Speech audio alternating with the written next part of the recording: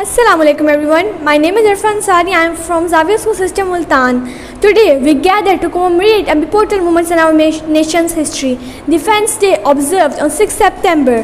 This day holds profound significance as it marks the unwavering courage and resilience and the indomitable spirit of our people.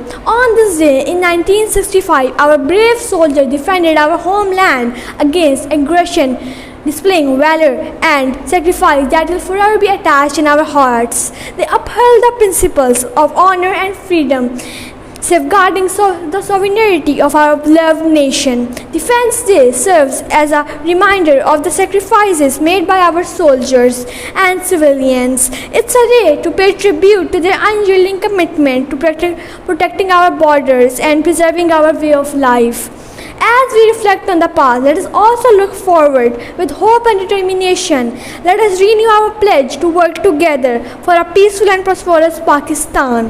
Let us honor the memory of our heroes by standing for a nation that stands strong, united, and ever ready to defend its freedom. Thank you. May we always stand tall in defense of our country.